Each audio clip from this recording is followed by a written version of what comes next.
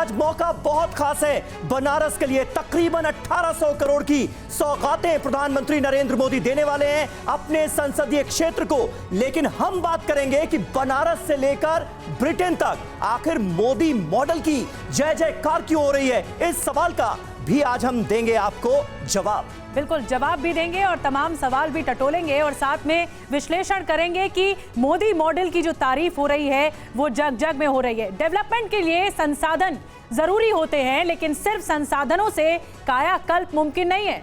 इसके लिए जरूरी है इच्छा शक्ति, विजन, सोच को जमीन पर उतारने का मादा। और अगर एक सरकार के अंदर ये सारी चीजें होती हैं तो बदलाव प्रत्यक्ष दिखने भी लगता है। समीर, बिल्कुल सही बात है निधि। और 140 करोड़ की आबादी अगर इस बदलाव को महसूस करने लगे तो यकीन के साथ कहा जा सकता है कि भारतवर्ष ने अपने लिए जो राह बनाई है वो मंजिल को आसान बना रही है। जानी मानी ब्रिटिश मैगजीन द इकोनॉमिस्ट ने 9 साल में बदले भारत की मुकम्मल तस्वीर पेश की है और आज वो तस्वीर TV9 भारतवर्ष आपके सामने रखने जा रहा है। बिल्कुल, खासतौर से इंफ्रास्ट्रक्चर के मोर्चे पर कायाकल्प को सटीक आंकड़ों के साथ पेश किया गया है द इकोनॉमिस्ट में। इसके पीछे की वजह बताई गई है। द इकोनॉमिस्ट ने प्रधानमंत्री मोदी की सरकार के गेम चेंजर फैसलों को बड़ी वजह बताई है। 2014 से 2023 तक उसे जमीन पर उतारने में मिली कामयाबी का जो ब्यौरा पेश किया गया है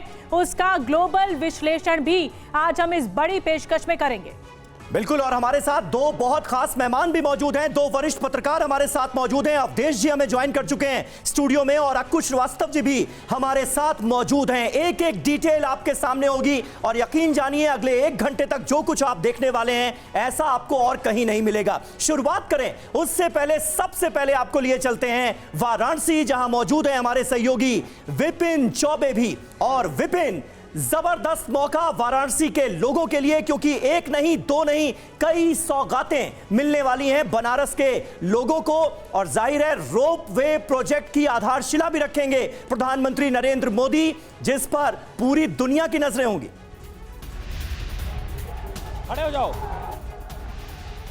बिल्कुल, पूरी दुनिया की निगाह और खासकर वाराणसी वासियों को बहुत इंतजार रहता है कि जब जब प्रधानमंत्री आएंगे तब तब वाराणसी वासियों को कुछ ऐसा देंगे जिसकी उन्होंने कल्पना भी नहीं की होगी। और आज 645 करोड़ की लागत से देश का पहला और वाराणसी में पहला स्थापित होने जा रहा है जो ट्रांसपोर्ट सिस्टम में एक क्रांति के तौर पर जिसको देखा जा रहा है वो है रोपवे सिस्टम। और आप देखिए लोग कैसे झूम रहे हैं, लोग कैसे गा रहे हैं और इंतजार सबको वर्ल्ड टीवी समिट के बाद यहाँ पर जिस प्रांगण में मैं मौजूद हूँ यहाँ पर लोगों को इंतजार है कि कैसे प्रधानमंत्री यहाँ पर आएंगे और वाराणसी वासियों को एक बार ये सौगात देंगे। इसके अलावा मैं अपने कैमरा पर्सन से कहूंगा कि मंच की तस्वीरें दिखाएं। मंच पर व्यवस्था पूरी हो चुकी है, इंतजार प्रधानमंत्री का किया जा रहा है। 1780 करोड़ की परियोजनाएं और खासकर 645 करोड़ की रोपवे योजना, जलकल की योजनाएं, सीवरेज ट्रीटमेंट प्लांट की योजनाएं और इसके अलावा बहुत सारे खेल स्पर्धा समेत तमाम विभागों से जुड़े हुए कार्यक्रम में शरीक होंगे। और इकट्ठे जिस प्रांगण में मैं मौजूद हूँ इसी प्रांगण में खड़े रहकर प्रधानमंत्री लोगों को सौगात देंगे। और अब आप देखिए लोग कैसे झूम रहे हैं, लोग कैसे गा रहे हैं। और एक बार बात करने की कोशिश करता हूं मैं लोगों से कि लोग आज कैसे इस दिन को देख रहे हैं, क्या कहेंगे आज? लोगों में जोश है, उत्साह है, जुनून है। प्रधानमंत्री मोदी की एक झलक पाने के लिए लोग आतुर नजर आ रहे हैं। लोगों में बहुत ज्यादा जोश दिख रहा है। जैसा कि विपिन बातचीत कर रहे हैं लोगों से, सुनते वहां पर क्या कह रहे हैं। मोदी मोदी, अरे मोदी मोदी, अरे मोदी मोदी, मोदी जी सौगात देने जा रहे हैं। कितने खुश हैं आप लोग? अरे बहुत खुश हैं। 14 से लगातार काशी वाली सिर्फ ले ही रहे हैं उनसे दे। मोदी मोदी मोदी मोदी मोदी मोदी, सुनिए, हम लोग ले रहे हैं और उसका कई गुना ज्यादा उनको फिर दे रहे हैं। 24 की क्या तैयारी है? 24 तो कोई नहीं है। टक्कर में मोदी जी है, टक्कर विश्वनाथ की नगरी में मोदी जी का काशी का सौभाग्य है कि हमने उनको प्रधानमंत्री चुना है और ये लगातार विकास की धारा यहाँ से पूरे विश्व में बह रही है। इसलिए मोदी में लोग सिर्फ अपनी सत्ता बचाए, बाकी आना मोदी। कुछ विकास हुआ है बनारस में? बहुत ज्यादा विकास हुआ है पहले की अपेक्षा। तो विकास हुआ है बनारस में, ये सवाल पूछ रहे हैं विपिन। तो कह रहे हैं छप्पर फाड़ छप्पर फाड़ विकास हुआ है और काशी को एक बड़ी सौगात आज मिलने वाली है। करीब 1800 करोड़ की परियोजनाओं का शिलान्यास लोकार्पण प्रधानमंत्री मोदी करें। जैसे ही मंच पर पहुंचेंगे आपको तस्वीरें दिखाएंगे, लेकिन बात कर लेते हैं द इकोनॉमिस्ट की रिपोर्ट पर जो कि सामने आई है। और प्रधानमंत्री मोदी के बारे में ये कहा है कि पिछले 2014 से लेकर 2023 तक जो अर्थव्यवस्था, डेवलपमेंट और इंफ्रास्ट्रक्चर पर काम हो रहा है उसके बारे में बता देते हैं। बिल्कुल सही बात है। और मोदी सरकार के विकास की रफ्तार की दुनिया में चर्चा हो रही है। ब्रिटेन की मैगजीन द इकोनॉमिस्ट का ग्लोबल विश्लेषण दरअसल सामने आया है। मोदी सरकार का कार्यकाल भारत में बड़े बदलाव का दौर बताया गया है, ये माना है द इकोनॉमिस्ट ने। और उससे रिलेटेड एक एक आंकड़े भी हम आपके सामने आज रखेंगे जो दरअसल ये बताते नजर आ रहे हैं कि मोदी मॉडल की जय जयकार पूरी दुनिया में क्यों हो रही है। भारत में पिछले 8-9 सालों में ऐसा क्या हुआ है। बिल्कुल, द इकोनॉमिस्ट की आइए रिपोर्ट आपको बताते हैं कि उसमें एक एक पॉइंट क्या लिखा गया है, क्या बताया गया है। प्रधानमंत्री मोदी के फैसलों की तारीफ की गई है। प्रधानमंत्री मोदी का काल भारत में इंफ्रास्ट्रक्चर के मेकओवर का दौर बना, ये बड़ी बात कही गई है। साथ में लोगों ने ये माना है, जनता ने ये माना है कि युद्ध स्तर पर निर्माण हो रहा है। इस बात का भी जिक्र किया गया है द इकोनॉमिस्ट में। और जो प्रोजेक्ट्स में अब जो देरी होती आई थी पिछली सरकारों में, वो अब नहीं होती है। 9 साल में इंफ्रास्ट्रक्चर विकास से जीवन स्तर में सुधार हुआ है। 3 चीजों से मुक्ति मिली। अब वो 3 चीजें कौन सी हैं जिसका जिक्र किया गया है? पहली, ट्रैफिक जैम, इससे मुक्ति मिली है। दूसरी, तकलीफ दे ट्रेन सफर, जो कि मुश्किलातों का सामना करना पड़ता था, अब वो मुश्किल नहीं सामना करना पड़ता। और तीसरी, अस्त व्यस्त एयरपोर्ट्स जो कि अब सुचारू रूप से चलने लगे हैं और बेहतरीन लोगों को सुविधाएं भी दे रहे हैं। समीर, बिल्कुल। और इसका नतीजा क्या हुआ? नतीजा यह हुआ कि नागरिक सुविधाओं का स्तर बढ़ा और कारोबार में भी इजाफा हुआ।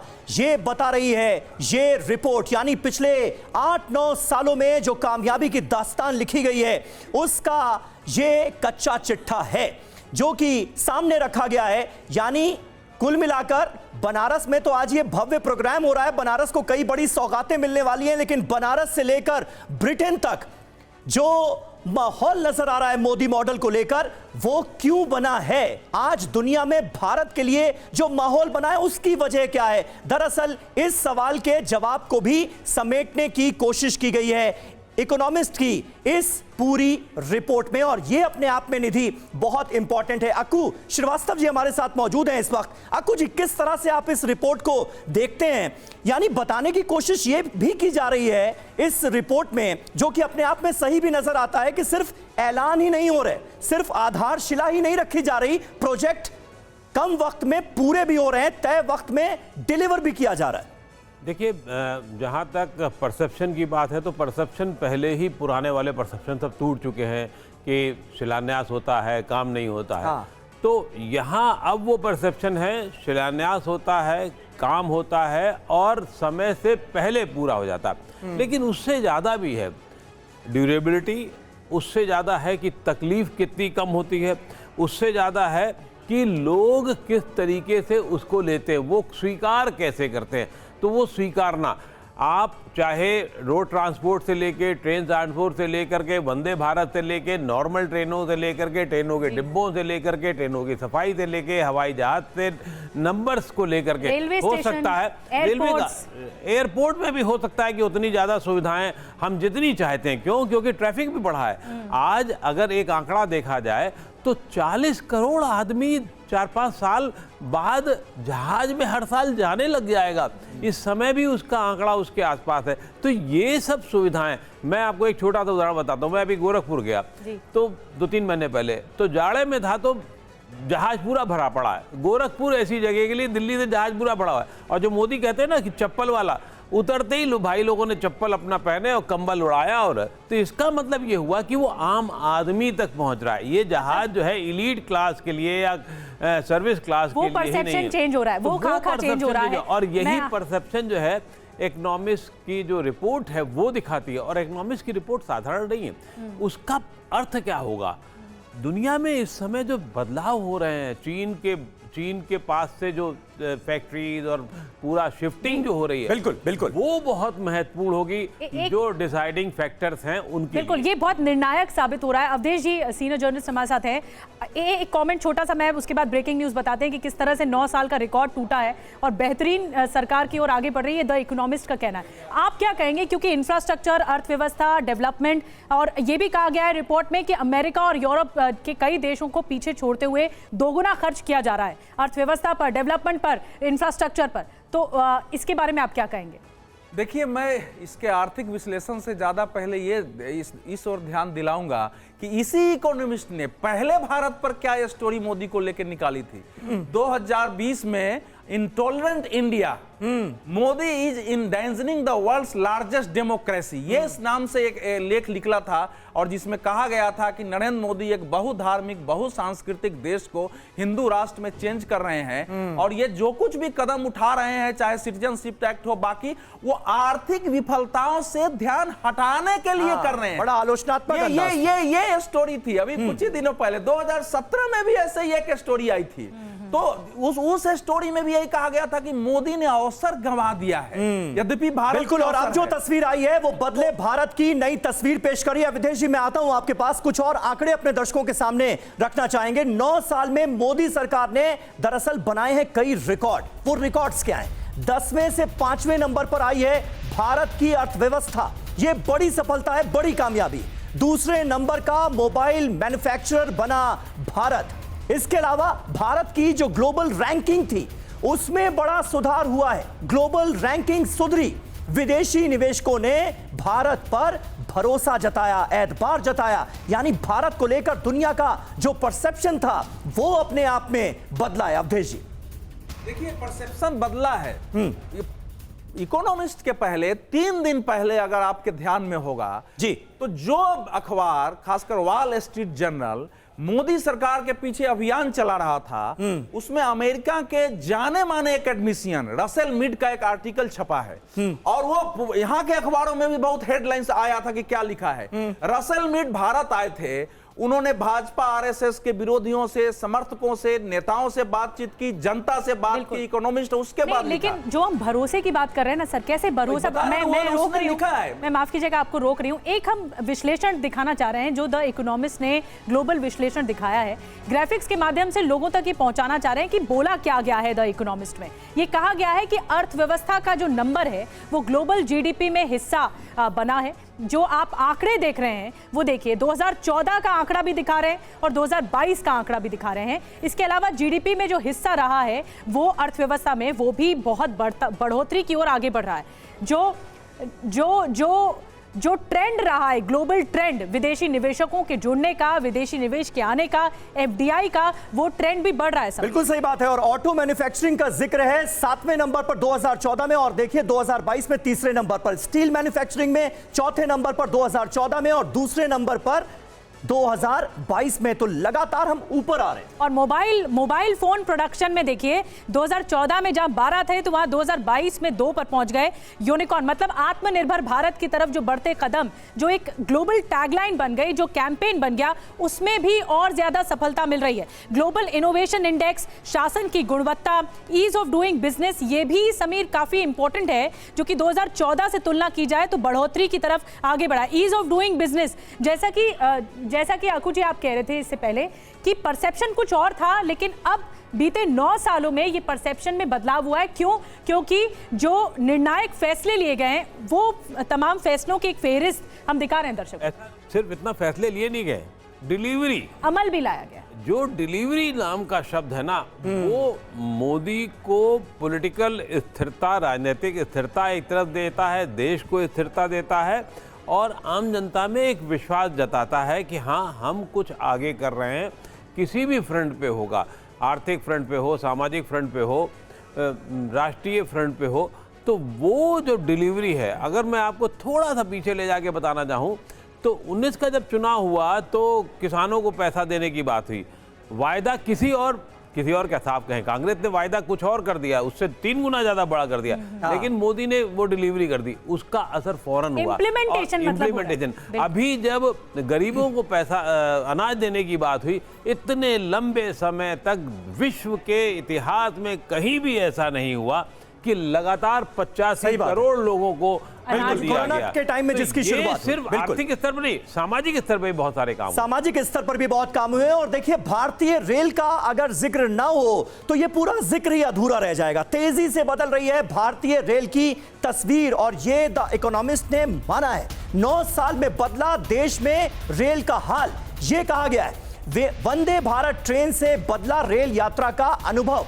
तो वंदे भारत ट्रेन जो चलाई जा रही हैं, ये मील का पत्थर साबित हुई हैं। 3 साल में 500 से ज्यादा वंदे भारत ट्रेनें चलाने का टारगेट रखा गया है। बड़ा टारगेट है। माल ढुलाई की औसत रफ्तार दोगुनी से भी तेज हो गई है, ये माना गया है। बिल्कुल। अब ट्रेनों के बारे में बात हो रही है तो कैसे मोदी की रेल सरपट दौड़ रही है, आपको कुछ और ग्राफिक्स दिखाते हैं। पहली वंदे भारत ट्रेन जो है वो 2019 में चलना शुरू हुई, फिर पिछले 6 महीने में नई वंदे भारत ट्रेन 8 आ चुकी हैं और इसका आंकड़ा बढ़ रहा है। लेकिन अगले 3 साल में नई वंदे भारत ट्रेन 500 की जाएंगी। अब इसका आंकड़ा देखिए कितने गुना ज्यादा बढ़ जाएंगी और लोगों को सहूलियत पहुंचाने की कोशिश होगी वंदे भारत ट्रेन के माध्यम से। अब हाई स्पीड ट्रेनें देखिए, अहमदाबाद मुंबई रूट पर काम शुरू हुआ है।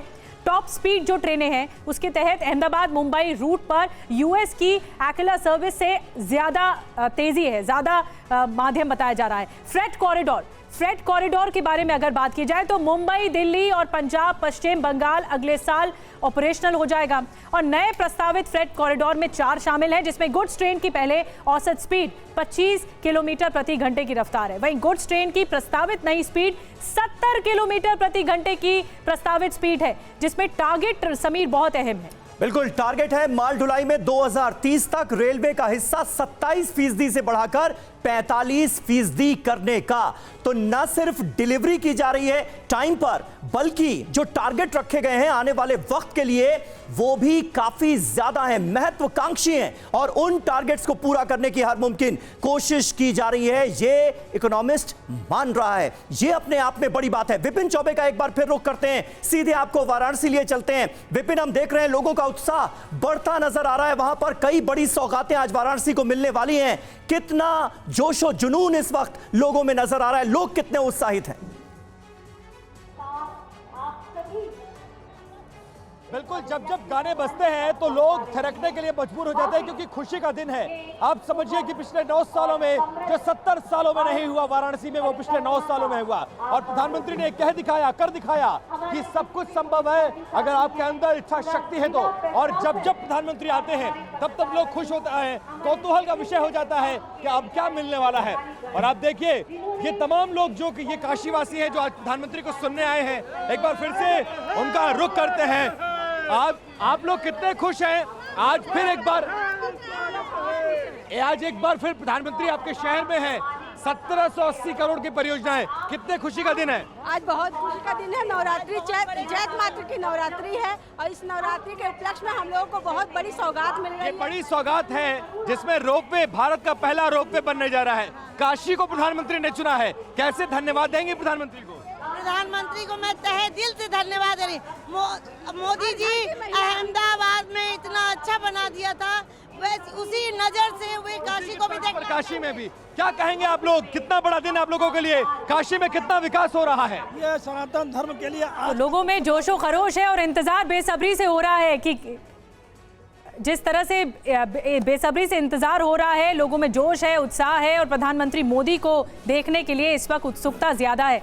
आकू जी, हम क्योंकि हमने रेलवे का एक आंकड़ा दिखाया कि किस तरह 9 साल में एक बड़ा बदलाव की तौर आगे बढ़ा है, लोगों का विश्वास, आमजन का विश्वास बढ़ा है, रेल सफर आसान हुआ है, सुलभ हुआ है, साफ सफाई वाला हुआ है, इस पर आप क्या कहेंगे? नहीं, बिल्कुल सही आप कह रहे हैं कि रेल अब अपेक्षाकृत रूप से पहले वो जो मतलब डर, दहशत, सुरक्षा, सफाई, बर्बाद डिब्बे, लेकिन अब धीरे धीरे वो बर्बाद डिब्बे फेज आउट हो रहे हैं। आखिर जब 250 या 500 वंदे भारत बनेंगी तो धीरे धीरे और पीछे डिब्बे जाएंगे, ट्रेन जाएंगी, वो होगा। उससे बड़ी बात है कि अब सुरक्षित है। दुर्घटनाएं कभी भी हो सकती हैं, कहीं पे भी हो सकती हैं, लेकिन उसका आवरण कम हो गया, ये बहुत बड़ी बात है। रेलवे, मैं तो सच बताऊं आपको कि मैं अगर मुझे 500-700-800 किलोमीटर तक जाना होगा तो रात की जर्नी होगी तो मैं रेलवे ज़्यादा प्रेफर करता हूँ। बनस्पत के जहाज के जाने के लिए 2.5 घंटे लगाओ, फिर एयरपोर्ट में जग करो, वहाँ पर आओ, फिर वापस आओ, तो मुश्किल। तो 6-7-8 घंटे के लिए सबसे बढ़िया रेल है आज की तारीख में। अवधेश जी ये मानते हैं कि काफी कुछ है जो कि बदला है। और मैं एक और बात करूंगा कि न सिर्फ डिलीवरी जो है वो टाइम पर की जा रही है, कुछ जगहों पर वक्त से पहले भी हुई, बल्कि आने वाले वक्त के लिए जो टारगेट रखे गए हैं वो बड़े महत्वाकांक्षी हैं, जिस बात का जिक्र अभी अक्कू जी ने किया, जिस बात का जिक्र इस रिपोर्ट में भी है कि अगले 3 सालों में 500 वंदे भारत। और देखिए, ये पूरा हो पाएगा? नहीं, पूरा ऐसा है कि वो मोदी सरकार ने जो इकोनॉमिस्ट की स्टोरी है उसमें ही बताया है कि काम समय पर हो, इसलिए एक मिनिस्ट्री से दूसरी मिनिस्ट्री फाइल नहीं जाए, तो मिनिस्ट्रियों के बीच कैसे कम्युनिकेशन हो, सबको जोड़ा है उसके 24 मंत्रालय हैं कि 24 मंत्रालयों को उसमें जोड़ दिया है कि काम हो। देखिए, वंदे भारत जो है, भारत असल में नरेंद्र मोदी की विशेषता क्या है कि अपने देश की आवश्यकताओं का वर्ल्ड कैसे भारत को ब्रांड के रूप में देखेगा, दोनों में एक संतुलन बना के काम करना।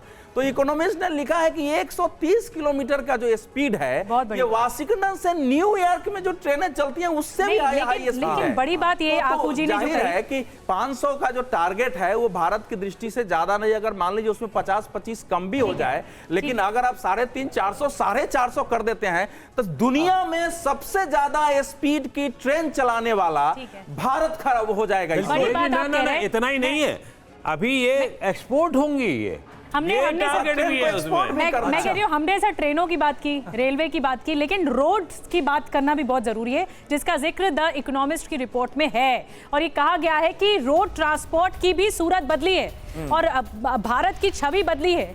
वर्ल्ड क्लास रोड ट्रांसपोर्ट को लेकर भारत अग्रसर दिखाई दे रहा है, सकारात्मक असर दिखा है। नए एयरपोर्ट से तेजी से कनेक्टिविटी बढ़ी है। द इकोनॉमिस्ट में कहा गया है 9 साल में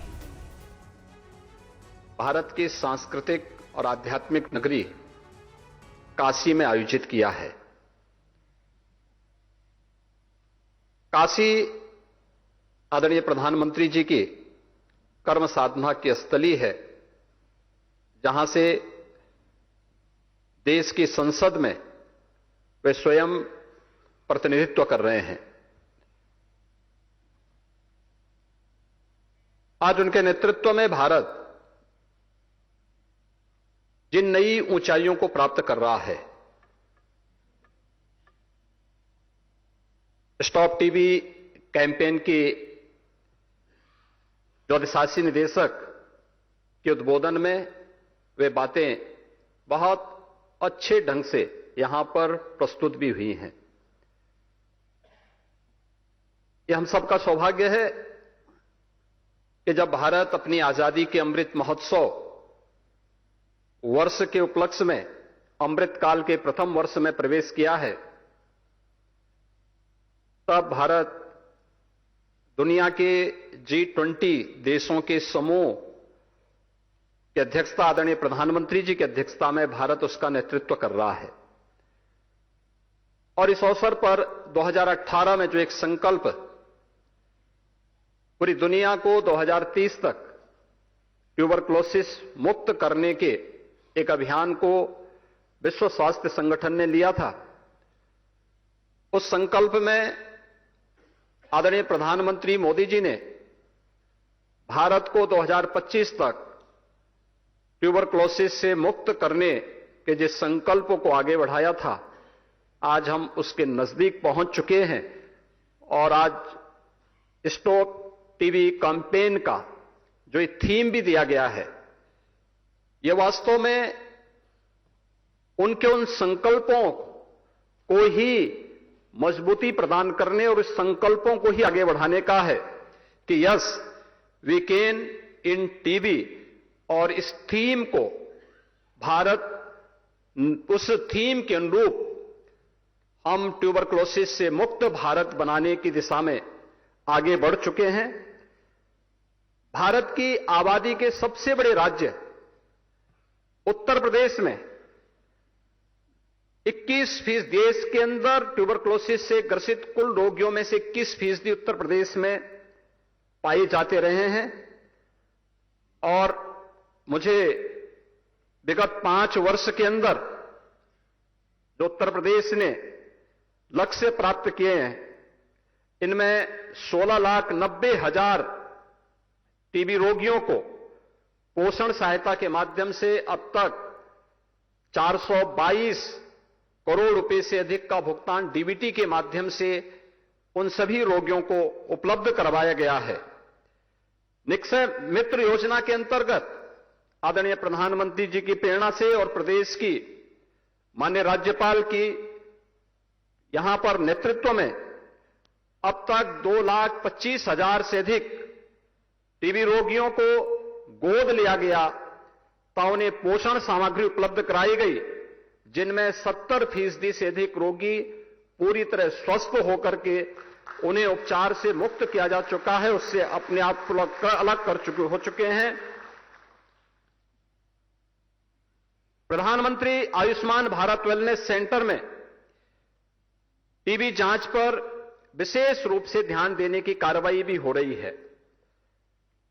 प्रदेश के अंदर आज जब यहां पर वर्ल्ड टीबी डे के अवसर पर यह समिट आयोजित की जा रही है, तब आज पूरे प्रदेश के अंदर उत्तर प्रदेश के अलग अलग जनपदों में 80,000 से अधिक डॉट्स किट वितरण करने की कार्रवाई अलग अलग जनपदों में भी वर्तमान में चल रही है। यह कार्यक्रम युद्ध स्तर पर प्रदेश के अंदर चल रहा है। उत्तर प्रदेश आदरणीय प्रधानमंत्री जी के नेतृत्व में, उनके मार्गदर्शन में पिछले 6 वर्षों के अंदर उन सभी कार्यक्रमों को पूरी प्रतिबद्धता के साथ लागू किया है जो उत्तर प्रदेश की 25 करोड़ की आबादी को स्वस्थ रखने और उनके स्वास्थ्य में वे भारत की समृद्धि में अपना योगदान दे सकें, इस दिशा में प्रदेश ने अब इस दिशा में बेहतर अभियान प्रारंभ किया है।